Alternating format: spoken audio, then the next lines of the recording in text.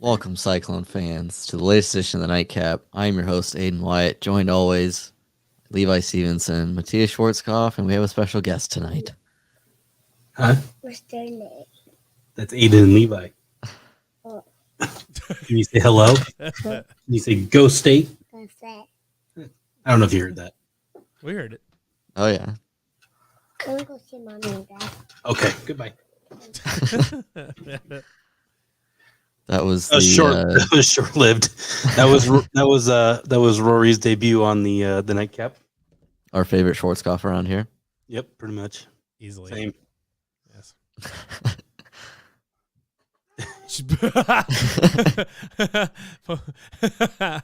More than likely, yes. She's already given more in-depth analysis up to this point Yeah. already. But, Yep. yeah. Anyways, All right. Aiden, produce. Well, let's do this. We got a recap last week. I'll preview Baylor. That's it. So the Cyclones are 3-0. They are. First time in a minute. We are 3-0 for the first time since I don't even know when was the last time. I think it's 2012. Yeah, a long time ago, 10 years ago. It's for me at least a partially unsatisfying 3-0. Like, because the first game is fine. The Iowa game, we beat Iowa, that's great or whatever, but like we also like left at least a couple touchdowns on the table. Like we outplayed Iowa so much, we probably should have won by at least a couple touchdowns. Well, good news, Levi. It doesn't matter because it's still at the end of the day makes the record 3-0. Rather if you score 40 or 10. That's true. But the problem is that I have to do the film room every week and I have to go back and rewatch these games. And like so like I go back and look at Ohio and they won by a bunch. And I will say my initial thoughts was like for some reason I was remembering it as being like they kept scoring on short fields because of turnovers and things like that, but they really didn't actually. Most of the scoring drives were 50+ yards, so they weren't like on like abnormally short fields or anything like that. But for some reason, I don't know why, but just for some reason coming out of that game, I felt like I still felt like they played like far from their best game. Like I don't like. Yeah, I fully agree because I felt the exact same way. I don't know for some reason like. And maybe like because we're just getting spoiled now, like that we're complaining about them winning by 2 touchdowns over Ohio. I mean, it may be, but like, I don't know. I came out of that feeling like we should have been better. Well, I think came out of that one feeling completely drunk because I was sitting. You were in the box. Boy. Yeah, I mean, Sean's got certainly a fair point or whatever that 30-3 at the half. They mailed it in the second half. My counterpoint to that would be so. Actually, I do have a gripe. One actual legitimate gripe with how the game was managed. Sort of, I thought they pulled the starters way too early. Way too early. I realized that we had a big lead even at the beginning of the fourth quarter, and so that we had a good sized lead. But to me, I mean, you guys can correct me if you think I'm crazy here, but like these bye games are meant to get you tuned up for conference season. Well, I think a lot of it is why they did it is because we've already seen some of the depth been tested already, which it hasn't been a problem yet. But we've had some injuries, like whether it's Bo Freiler, Stanley being sick, Jake Remsburg being out. Obviously, Grant Triber's been fine, and he was a highly regarded offensive lineman out of high school, but I think a lot of it is, and Campbell's done a really good job over the course of his time here is getting guys in throughout the season. Well, I think the team is so young that we may not have those abilities to do it later in the season like we have in the past where we could get away with it because we need to know what's behind these guys and they need game reps. And that's the time they can get it where I don't think they really, obviously they legitimately thought Ohio wasn't going to make a case for that game. So being up 30-3, sure, they're comfortable with putting those guys in and getting them some reps. And those are valuable reps. So my line of thinking though, is that like, I don't think we've seen the offense be like really super functional up to, I mean, like it hasn't been, Well, it hasn't been bad. I think but like the first drive against Ohio was probably the best drive we've had all season. agreed. And I mean, we ran with some tempo. I would have liked to see him it build worked. on that more. Though. Yeah, Like, exactly. And I think they've been tinkering with a lot of things too, especially one, the depth, two, the playbook, and just figuring stuff out just because they are so young in a lot of areas. So, yeah, I mean, a lot of the times you can kind of count it as like a preseason for the NFL, where you're kind of like, these guys probably have enough reps in practice where they've done the playbook stuff and they haven't opened up the playbook quite as much as what they really should. But like this week, like, you're probably going to see a lot more different things against Baylor. Obviously, one, because it's Big 12 play, and two, you're going to have to do that against Baylor. So, a lot of it's just kind of like getting in the right mind to play in the Big 12, or, cleaning up small things that, technique wise, I don't think it's near as important for the offense to look in tune when they're already scoring 30 points in the first half and not a big deal. So, and that's why it's hard to get like super upset about it. Or again, like, and like, I don't know. Have they left a lot out there to be desired? Sure. And that's maybe that's kind of where my lack of satisfaction maybe up to this point is that, like, it seems like they should be so much better or more polished or more whatever you want to call it, or more operate a little bit more smoothly than they have been. I mean, that's not to say they've had some really good drives and stuff like that too, but I don't know. I guess I want to see them put together like a few drives in a row where they're just cooking. Here's the important thing, really. You see. can look at it as like the procedural penalties are like minimal at the current time, like false starts, holdings, things like that. And that's the important thing, really. Offensive line has been run blocking fairly well, and against probably the one or two best defensive lines that they'll face this season, they run blocked pretty well in the second half and made improvements, and there really wasn't much left to be desired there against Ohio because they did what they needed to do there. So, some minor things I think that they could clean up, like Hunter Deckers could get rid of the ball in some cases, like in Ohio, he hangs on to it a little bit. Yeah, he held on to it a little bit. And I pointed it out a little bit last week in the film room, and I have a couple clips for this film room too. Is that there are times where he holds on to it a little long, and he also has a tendency to hit his check down. He bails out to his check down a little bit quickly sometimes, though. That's just young quarterback. And like I said, and that's a young quarterback thing that he'll hopefully grow out of that type of thing, or whatever. But there are times where he is missing some easy reads. There was one last week where it was actually very similar to the 2-point conversion against Oklahoma in 2019, where Brock threw it to LaMichael Petway in the end zone, and he was open, should have caught it. Open maybe not, but would have caught it if not being interfered for. But did still miss a wide open Charlie Kohler on the goal line. There was one very similar one to this last week, which was when he threw it into the back of the end zone to Jared Russ. Easton Dean was right on the goal, or just shy of the goal line, basically wide open. So it's like that type of thing. Now Brock Purdy missed that in his in his third season I guess it'd be second season starting as the end of his second season of being a starting quarterback, versus Hunter's third game. But and we're not there for practice, and so maybe they look awesome in practice, and they're not worried about it at all, or whatever. For me, being the observer from the stands, I would like to see more. I'd like to see more cohesion and more efficiency from the offense before I pull them out and you're running the third string quarterback before the final gun. But the thing is, they're not like up 30-3. They're still not going to open that stuff up. Like, it's just you don't need to open it. I don't think you need to open up more of the playbook, but I want to see more more consistent good reps, like where you don't have weird reads, or you don't have Hunter making kind of have him missing missing.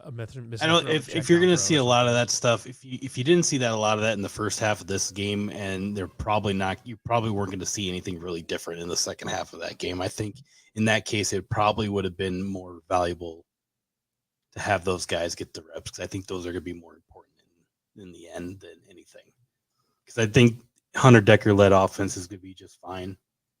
I don't have I should disclaimer is he's completing 74% of his passes. Yeah, I'm not selling out on the Iowa State offense or anything like that. I just I'd like to see them put they'll put a really good drive together and they'll have a couple clunkers and then they'll put another drive together or something like that. So like I want to see them put together a few drives in a row where it's just bang bang bang, wherever. Feel really good about where they're moving the downfield to feel like because like against Ohio, I never felt like they got a lot of rhythm. Now, part of that is the fact that there was timeouts and injuries every 5 damn seconds in that whole game. The game of the forever game or whatever. I think it might have actually somehow been longer than the 2019 Cyhawk game or whatever. But so it was hard for anybody to kind of get into a flow and get into a rhythm. And Didn't they have rhythm against Southeast Missouri State, though? Didn't they score on like 4 straight drives? Yeah, and like I said, I'm not complaining about Southeast Missouri State, but that's also an FCS team. You've seen the rhythm though, at least a little bit. Iowa, you weren't going to really get in any rhythm, and then Ohio was what it was. Booty, but like, I don't know. I guess seeing rhythm 2 games ago against an FCS school feels like I need to see it again. Still rhythm and not your own team. That's and that's a fair point. I don't know.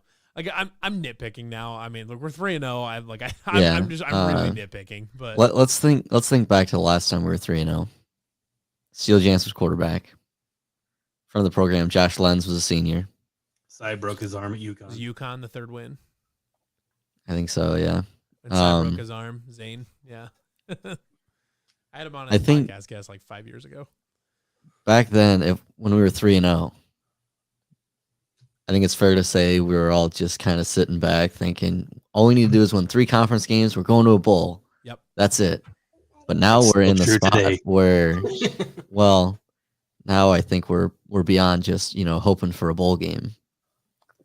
And I think that might be part of why there's at least 2 complete duds in the conference in TCU. Right, yeah.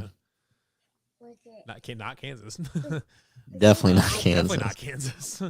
I mean, when you got 2 complete duds like West Virginia and TCU so far, and then we don't know about Texas Tech, I guess. Whatever. Like, if you don't get to a bowl game, it's kind of a failure at this point. Oh yeah, 100%. Yeah. Yeah, I mean, but I'm just saying, I think that's why we are able to be in the spot to kind of nitpick things. Let's not forget the Holy Church of Bleach, and remember that we do need that when we do get too confident. Bleach. Yeah. We drink bleach around here.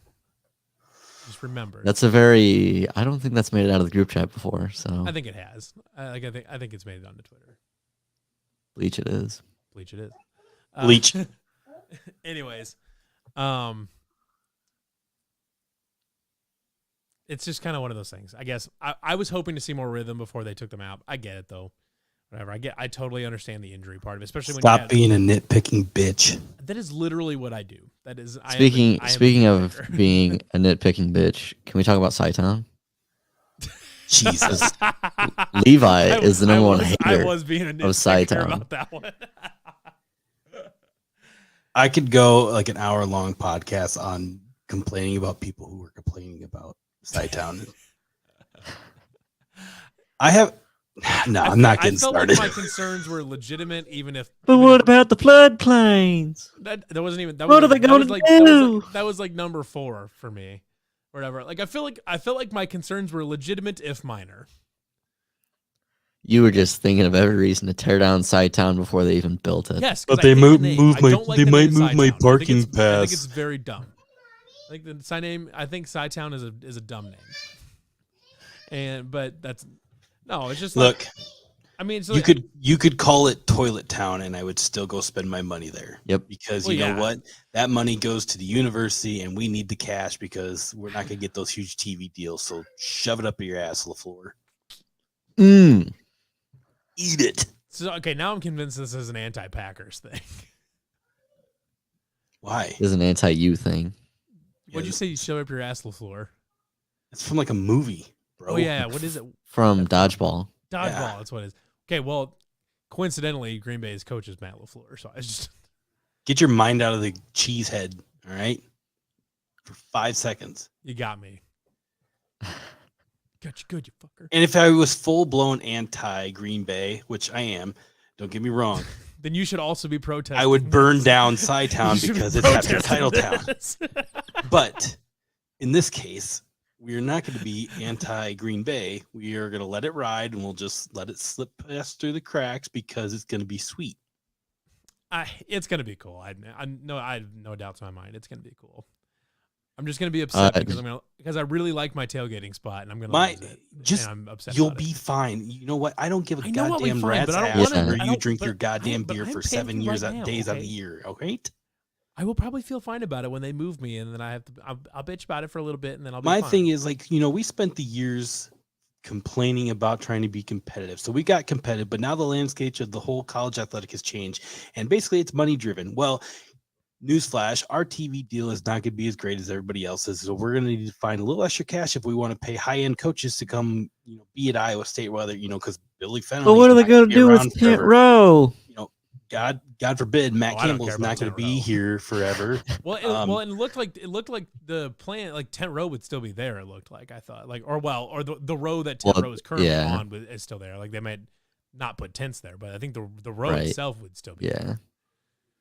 Just stop bitching about taking the Iowa State University to the next level, people. That's all I ask. Why can't they just move it over why can't they just move it over one aisle to the west? Why can't you just stop? Because it lines up right with the entrance to the stadium. That would give you OCD if they did that. You'd be like, if the first rendering came out that was like off to the side of the sidewalk, you'd be like, why didn't they line it up with the sidewalk that goes into the stadium? No, what they should have done is put it up in the green space between Hilton and Sheeman and all that. They should have just put it up there, which I think they're putting a convention center there or something like that. But that's what they should have put the rest of the stuff. Whatever. No, that defeats the whole purpose of it. It's supposed to be like the pathway between Jack Trice and Hilton. Then it should have been covered so that way people could go there during the winter, like in Power and Light. You think that's going to stop people? Look, you could have fucking just being a little chilly. You could have if Noah's you walk flood. from the car at the south end of the lot to Hilton when it's like -20 out, it is the coldest shit of all time. That is the coldest walk on this here planet. Put a coat on, be a man. Be a man. I always do, but it's cold as hell to walk stop from. Stop complaining. This is insanity. I think it's cool. I just don't want to lose my my tailgating spot. I feel like I'm allowed to. I feel like I'm allowed to. You're selfish. Lose my tailgating spot. Yeah, you're selfish. I am being selfish in this one. Whatever. Has Matt Campbell taught you nothing? Because I want to keep my one parking spot. Yeah. Oh man. Damn people. Anyways, Baylor. Good to talk about Baylor. Baylor. I barely knew her. I'm here all week. 5 out of 10. It's unfortunate. Baylor. All right. So they can run the ball at a high clip. Got that going for them, which is South not Texas nice. hasn't even had bears for like hundreds of years. Bunch of fucking losers. It's like Iowa naming itself after like the Mastodons or something like that because they were here 10,000 years ago. Yeah, so much like Iowa State here, their stats are kind of skewed a little bit just because of playing BYU the second game, and not everybody's kind of had that exploded stat columns, but the rushing offense is probably be kind of statistically correct come the Big 12 season here, but in terms of the rushing offense, which they are a run first team, 59% of the time they run the ball, and they're averaging just a little over 5 yards per rush. It's over 200 yards a game. They're passing game opponents to 26% on third down. Yeah. The passing game is not this is not your mother's Baylor team, I guess, and it wasn't really last year just because I don't know. It's kind of weird. I felt like Bohannon was better than Shapen, and they pretty much told Bohannon to get bent and leave. Wait, Jordan Bohannon is still in school? Yes. He followed Dylan Doyle down to Waco. Him and Charlie Brewer don't know that they're out of eligibility yet. They're not even averaging 200 yards of passing. Charlie Brewer knew he played in Utah. He's at Liberty or something. Is he at Liberty now? Oh, I think he might be because he was at. Was he That's actually? crazy. He didn't know that either. I think he was at like Utah last year, right? Yeah, he started. I want to say the first 3 or 4 games, and then he got hurt, and then they brought in their backup, and then the backup ended up being the dude. Was it actually Utah, or was it like I thought? Yeah, it was Utah. Like Fresno State. Utah sucks. Some red team out that way. It's Utah. It's Utah. All right. It was always Utah. I was kind of looking at some of like their yards per play and stuff like that. They're averaging 5.4 6 yards per pass, 5 yards per rush. Yeah, 5.4 yards per play, which is honestly not that good. Like it's okay, but I mean, like a good offense is somewhere in like the 7 to 8 range or something like that. Then you get like 2019 Oklahoma. That's yeah, like the 106 ranked, or 106 ranked passing offense in the country. So yeah, not great. The passing game is not going to be a super concern against Baylor. Well, it's not so much that they can't do it. It's just they're waiting for kind of some wide receivers to emerge from themselves, and it just hasn't happened yet. Well, and I don't also think Shapen's one because particularly good so far. Well, yeah, no, he hasn't. But it's also, they've been so good at running the ball that they haven't really needed the pass. They haven't had to throw it. Yeah. I was looking. So. It's kind of where we're standing with that. I mean, like yards per play, they're at 76th in the country in yards per play. Just out of curiosity, who's last in yards per play? It might be. I think funny. That'd be actually really funny if it is Iowa. Let me look. I'm just gonna look up. I'm just gonna go straight to Iowa and look it up.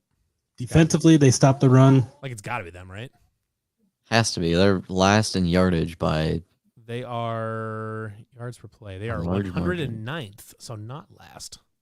Really? They've been punting on third down or something, or I don't know. I'm gonna dig for this just a little bit and see what I can find.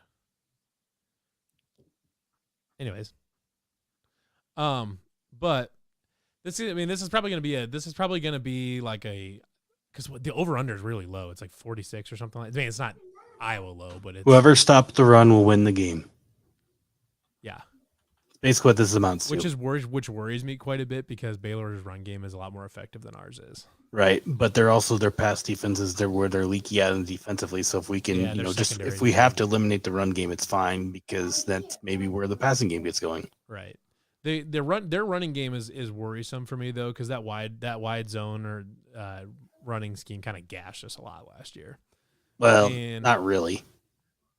They only ran. There's 136 total yards on the ground.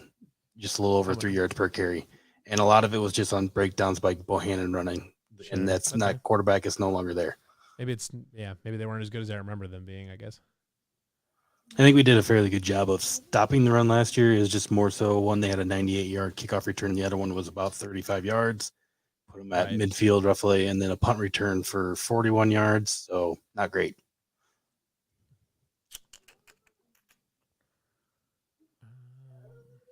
So basically, if you can keep them at about 4 yards per carry or even just a little bit less than that, I mean, that's well below their Steven average carries, and then eliminate the special teams mistakes that we seem to be having so far this year, Iowa State probably wins this game by a touchdown or more.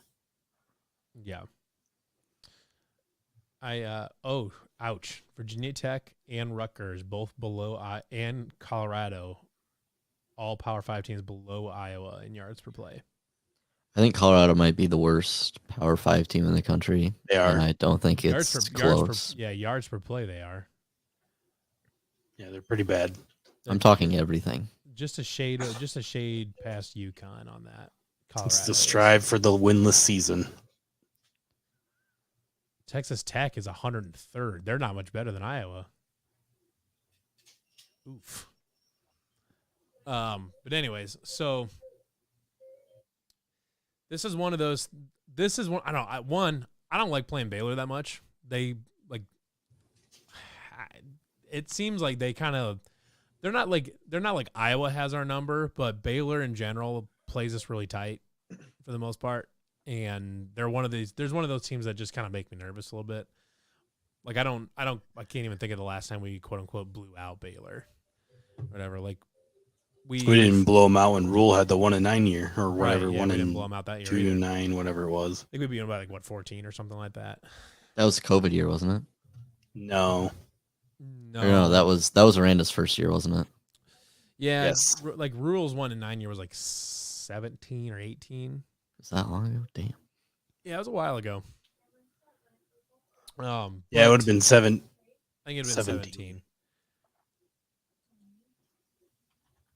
Yeah, because that was when we beat them in Waco, and Hakeem Butler had that bonkers ass one-handed catch. That was when Zeb Nolan started, wasn't it? Yeah, Zeb Nolan started that game.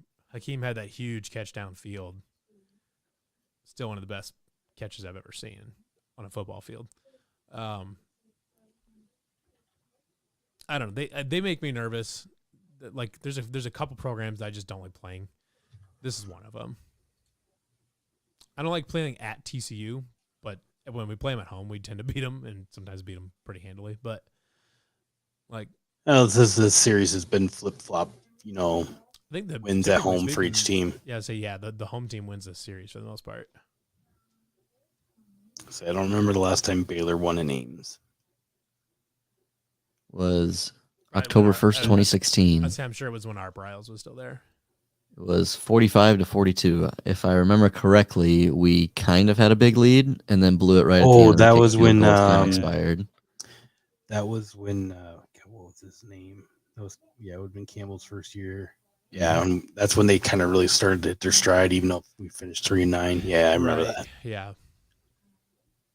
That sounds right. Trying to think of the wide receiver's name. He had 2 long touchdowns, and we thought he was going to be pretty decent the next year, and then he never really made the depth chart. God, what was his name? For us? Yeah. I got this. Hold on. I want to try to guess this. So we thought he was going to break out, but he didn't. It wasn't Tad Ekby, was it? I think he had a big game that day. No, it was Carson Epps. Yeah. Carson Epps. I was just getting ready to say it was Carson Epps. Yeah. And he never broke out. Yeah.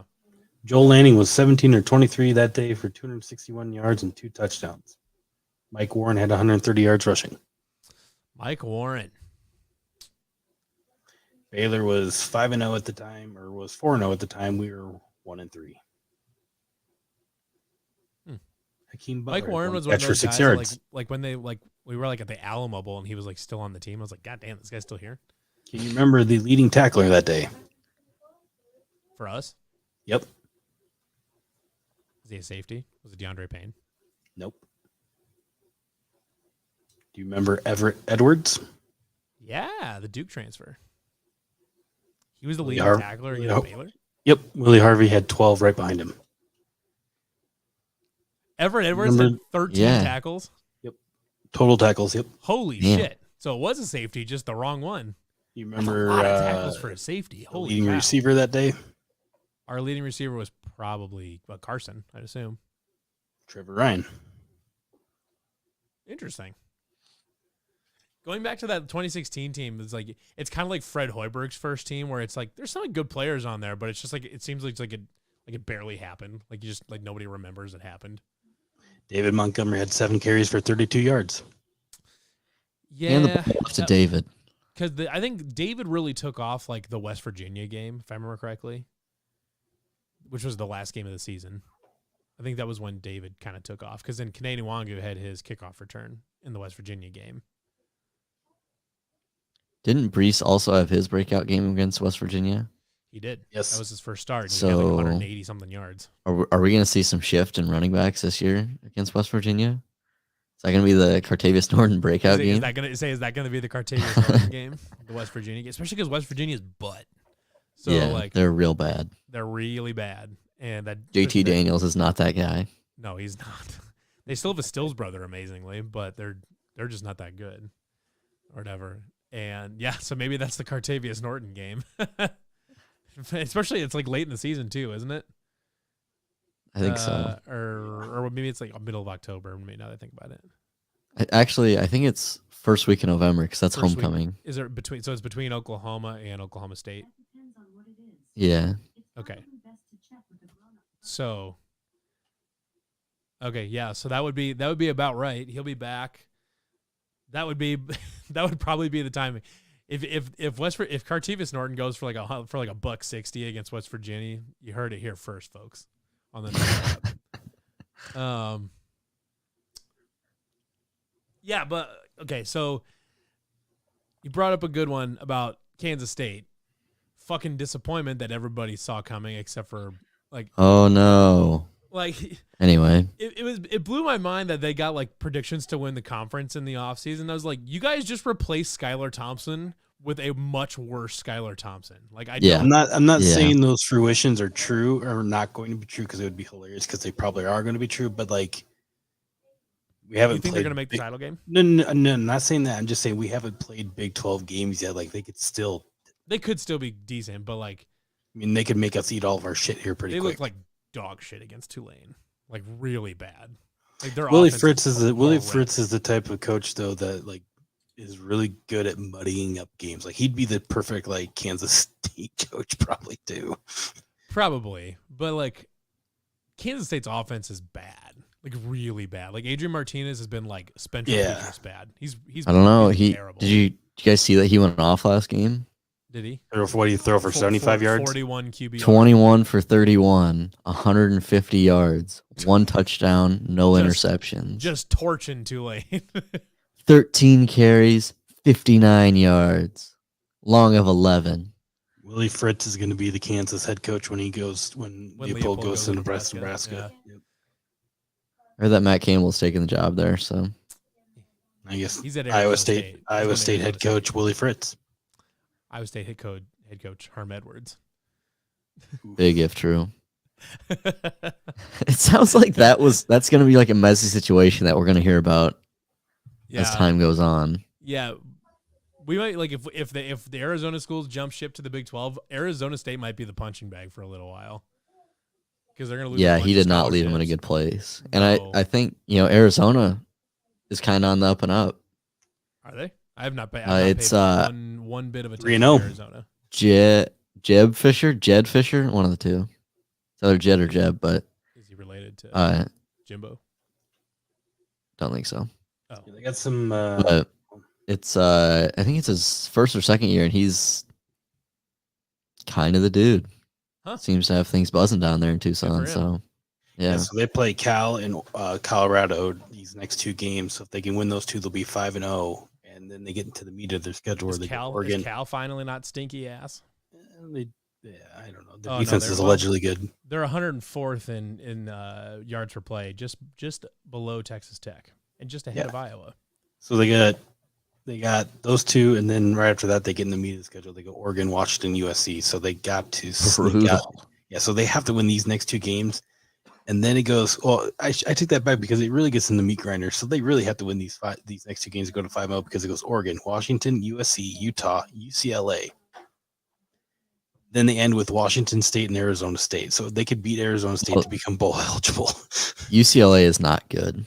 Yeah, they're very bad. Terrible. They could beat UCLA and Washington State. But who in the Pac-12 is good? Like Oregon's probably Washington seems to be pretty good. Washington and Oregon are probably good.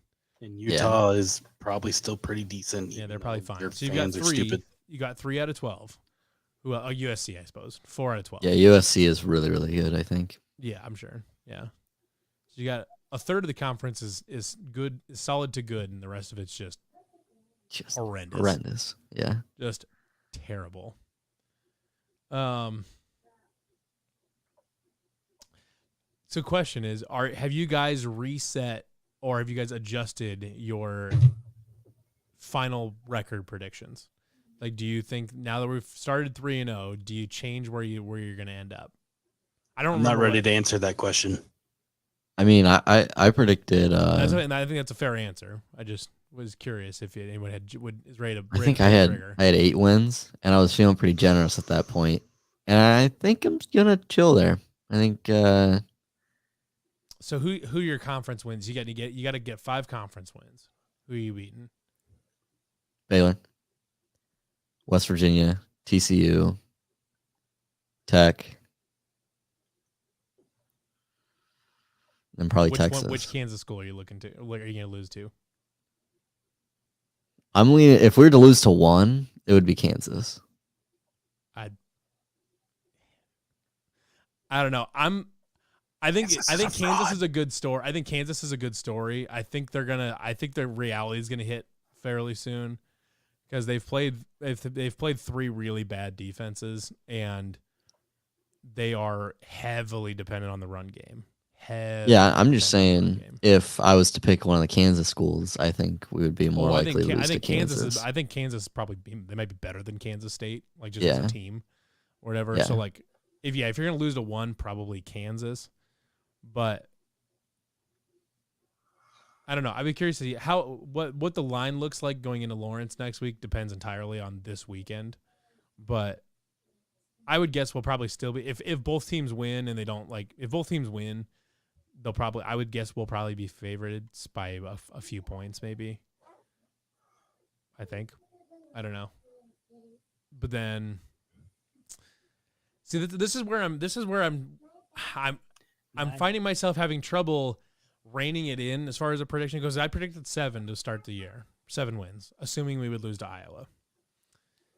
I feel pretty good that we're going to beat TCU. I think we're going to beat TCU, West Virginia. Feel pretty solid with both of those. I mean, unless something goes wrong, but assuming everything's still kind of going to plan, TCU and West Virginia feel like wins. Texas Tech at home, I think you win that. I think you beat Kansas and Kansas State. Kansas State's at home. Yep. That's 5, and Oklahoma looks good, but we don't. I don't know if we do. I don't know if we actually know I think that they're Oklahoma's legit. good. You think they are legit? Yeah, they're a lot better than I thought they were going to be. Their defense is really freaking good, which is scary for an Oklahoma team. Freaking Venable. I don't think their offense isn't as good, but right. So I'll be curious to see if that image maintains for a while. I'm not a believer in Dylan Gabriel, but yeah, if he's in an Oklahoma offense with Jeff Lebby, I'm sure he's probably going to be fine. Right.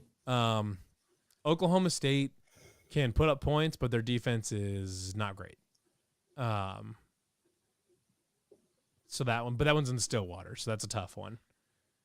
Yeah, this is like the Oklahoma State team that I really used to like, the ones that just scored 1 million points and didn't really care about defense, and I think that's kind of what this one is. Mike Gundy is doing now that they lost pretty much everyone on defense from last year. It's just like all in on offense. See if we can score as many points as possible. Yeah. So Iowa State's defense is good enough to contain stuff like that or whatever. And if their defense is bad and the Iowa State's offense can move the ball, that's not an unwinnable game. There aren't any unwinnable games left on the schedule because you got Oklahoma at home. So even they're not unbeatable or anything like that. But I think, and that's kind of where I'm at. But then, what do you do with Texas? So Texas is an away game. Quinn Ewers. Quinn Ewers may or may not be back for that. Well, when he originally went out, I want to say they said it was either 5 to 7 weeks or 6 to 8 weeks, and that week is 7 weeks, right? 6 or 7 is when we play them. Right. So Ewers could theoretically be back for the Iowa State game. Yep. Whatever. So I don't know what to do with it because Texas is hard to read because they're 5-star, like they're on the talent they have on the roster, all the 5 stars, all the blue chippers allows them to play with an Alabama or a Georgia or whatever else. And kind of keep it close if they get some bounces and things go their way a little bit. They've got the talent to keep up with those, but we've also shown that they will play down to an opponent. So I don't know what to make of Texas, I guess. Bijan Robinson's really good. But I still have a lot of questions about that offensive line and the defense. So I don't know. I don't know what to make of Texas. Texas Tech's at home, so I feel pretty good. I feel good. I feel really good about at least 4 of them.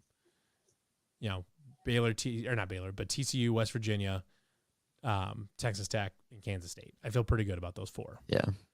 Beyond that, but if those 4 get you to 7 already, and Kansas is definitely beatable or whatever. I would then we'll probably even be favored or whatever. So you beat Kansas or whatever, and Oklahoma State's not unbeatable, right? They've got some major flaws. Baylor is definitely beatable. We're favored, whatever. And all of a sudden, now you're talking about 9 wins, and it's like, Is that really a reasonable? Bump the brakes, Levi. But that's what I'm saying. That's what I'm saying. Is like that's where I'm having difficulty reining it back in because I'm like, yeah. 9 wins is a lot, but I can look at the schedule and be like, yeah, there's 9 wins right there. I think a big part of it is, compared to years previous, I do think the Big 12 is not near as good. It's more balanced for sure. Yeah. And there's no alpha team. Yeah. Yeah. That's why we're saying like every game is winnable. Right. There's definitely no game where I'm scared or anything like that. Yeah, there's no game that you're going in and you're like, fuck, we're gonna lose. Like, yeah. I'm sitting at 8 wins, but I'm also not ready to change anything or even really be confident in 8 wins just yet. Just because the defense still really hasn't been challenged with a great offense, right? Now, I don't know if the Baylor offense is really going to give you that quite yet, but in their run game, I think the run game is going to test them, right? So right. This is on both sides of the ball for Baylor. Offensive and defensive line is going to be the best 2 groups that Iowa State has faced on those fronts this season. I mean, you can maybe make the argument Iowa's defensive line might be a tish better, but I think it definitely is. Two groups together is going to be both in the trenches. Is going to be the hardest. This will be the most tests that Iowa State probably will face this season. Now, we are not that far away from our linebackers looking absolutely lost in angles and things like that against Southeast Missouri State, and the wide zone run scheme is really going to test those angles. So I want to see them against an actual competent offense. One guy that I've seen has had issues with his tackling angles is Gary Vaughn. I've noticed him on the last couple film rooms or whatever, is that he takes some really shallow angles to some ball carriers, which is going to be an issue against Baylor. Yeah. So again, we're not that far away from having bad angles, and it's obviously probably hasn't been tested in the last 2 games since the first game. So how do they handle that? I want to see that before I really make this full assessment, because this is going to be the best offense they have faced this year. I have to look, but because Iowa State's run defense statistically is absurdly good. It's good, but it's also not been tested. Right. Defensive stats. How is it that we've gotten to a point where Matthias is talking me and Levi down from winning 12 games this year? Mr. 12-0 at all time. Hey, yeah. I'm never gonna pick Iowa State to lose. Right. I didn't say they were going to lose this game. I'm just being a realist of what is going to be happening on Saturday. So Iowa State is currently sitting at 5th in the country in yards per play on rushing plays. 3.2 yards per play. James Madison, shout out, 1.8 yards. I don't know who they played, but that's really good. Iowa's 4th. We are 5th. Yeah. Baylor is 19th. So not bad, actually.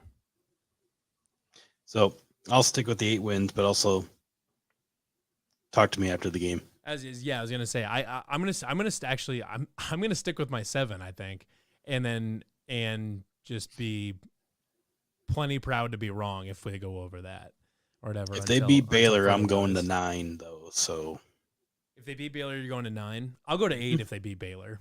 We'll go to 15 if we beat Baylor. All in.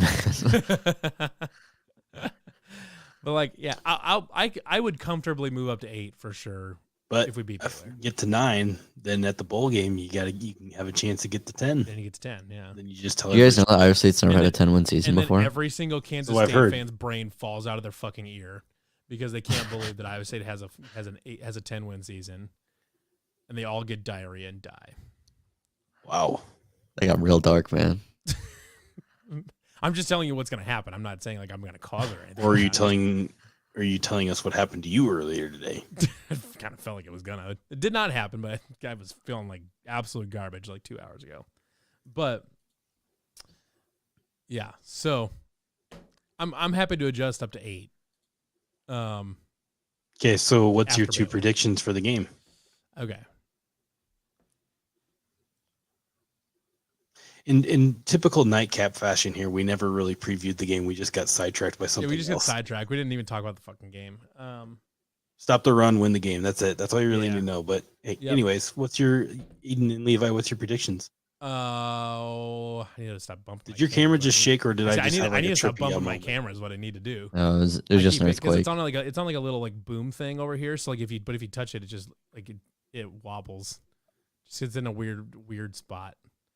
But it's there. So anyways, Aiden, you can go first for a prediction. All right. I think this is going to be a lower scoring game. And I hate to say it, but I think the under is going to hit. Taking 24-20 Iowa State. Oh, I was going to say 24-21. So Okay. I'll stick with it. Hey, remember last time? Which I believe would be the under hitting and Baylor covering, if I remember correctly. Because Baylor's 3.5. Or sorry, we're 3.5, or was it? We're 2.5, I think. 2.5. Okay, so I would say it still covers at 3. So Yeah. there we go. Levi, I think the last time that one of us predicted 24-20 and the other predicted 24-21, we beat Oklahoma State. Oh yeah. Oh, because I think we did that last fall. I think I nailed the score. Yeah. Yeah. I had the one that was a point off, whatever. Yeah. Was it? Yeah. And I think it was Oklahoma State because I think I nailed the score and you were one off. Yeah. You guys read my game Let's run it preview, 'cause back. that's exactly the score I put. 24-21. Mm-hmm. Classic. There you go. Great minds.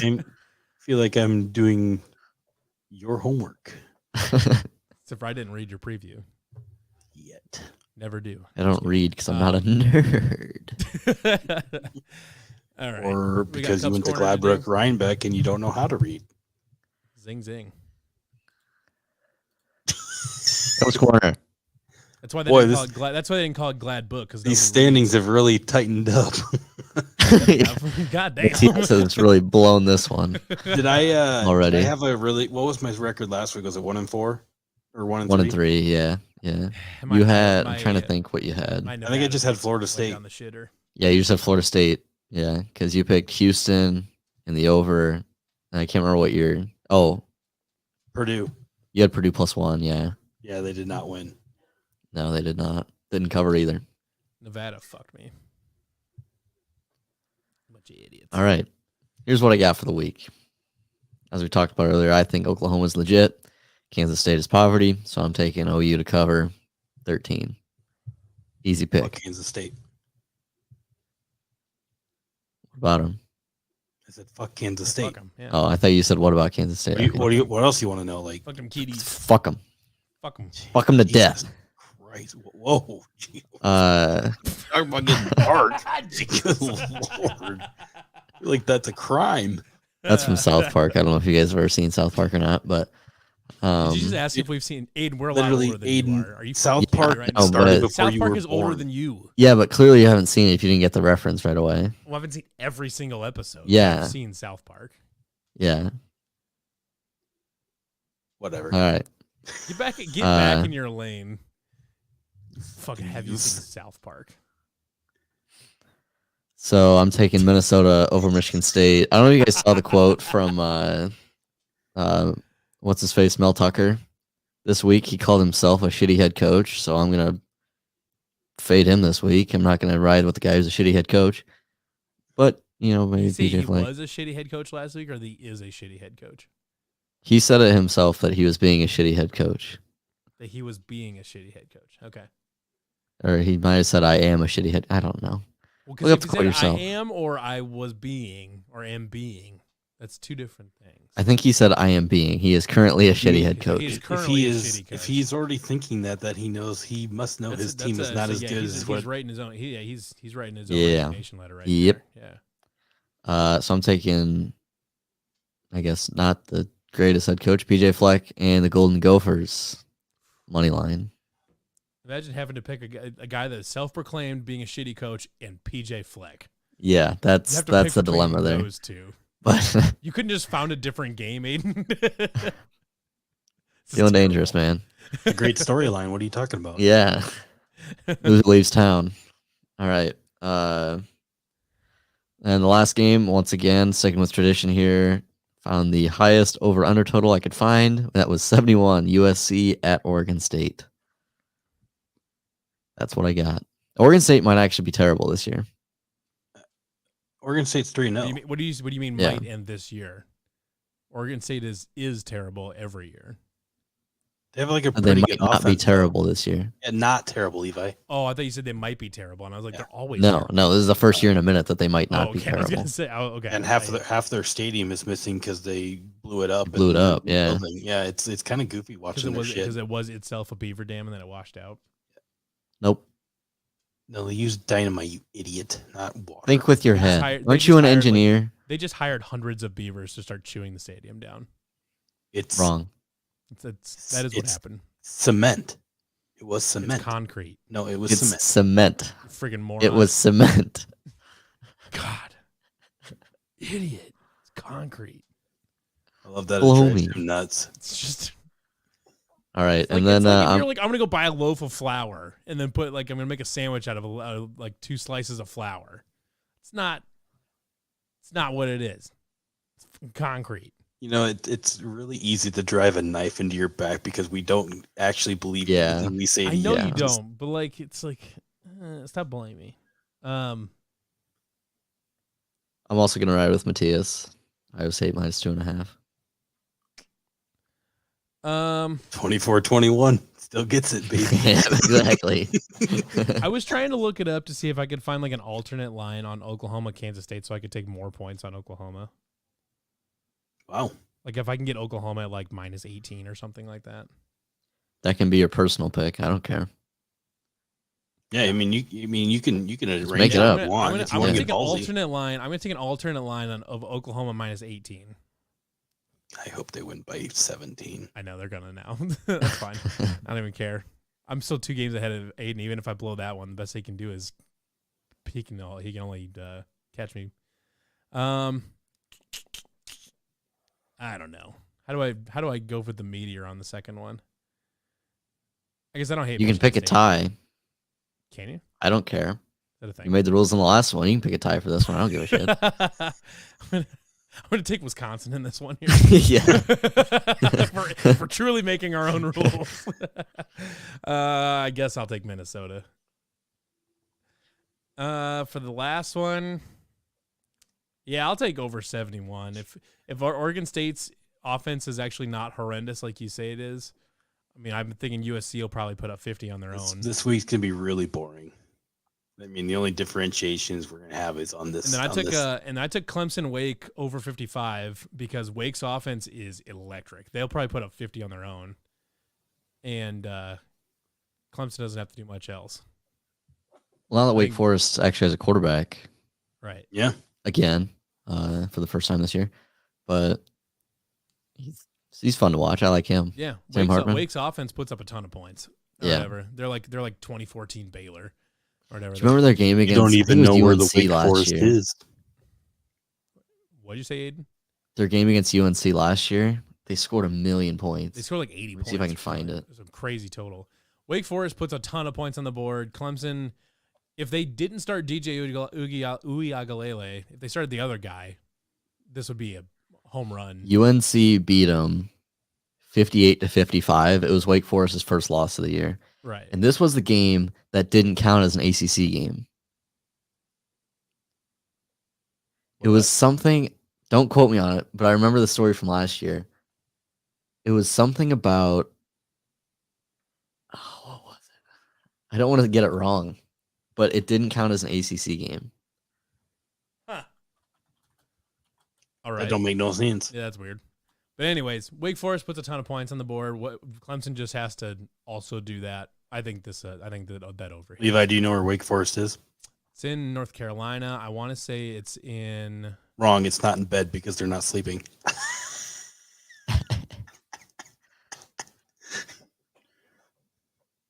Yeah. Was that? Are you like making a play on a Wake Forest?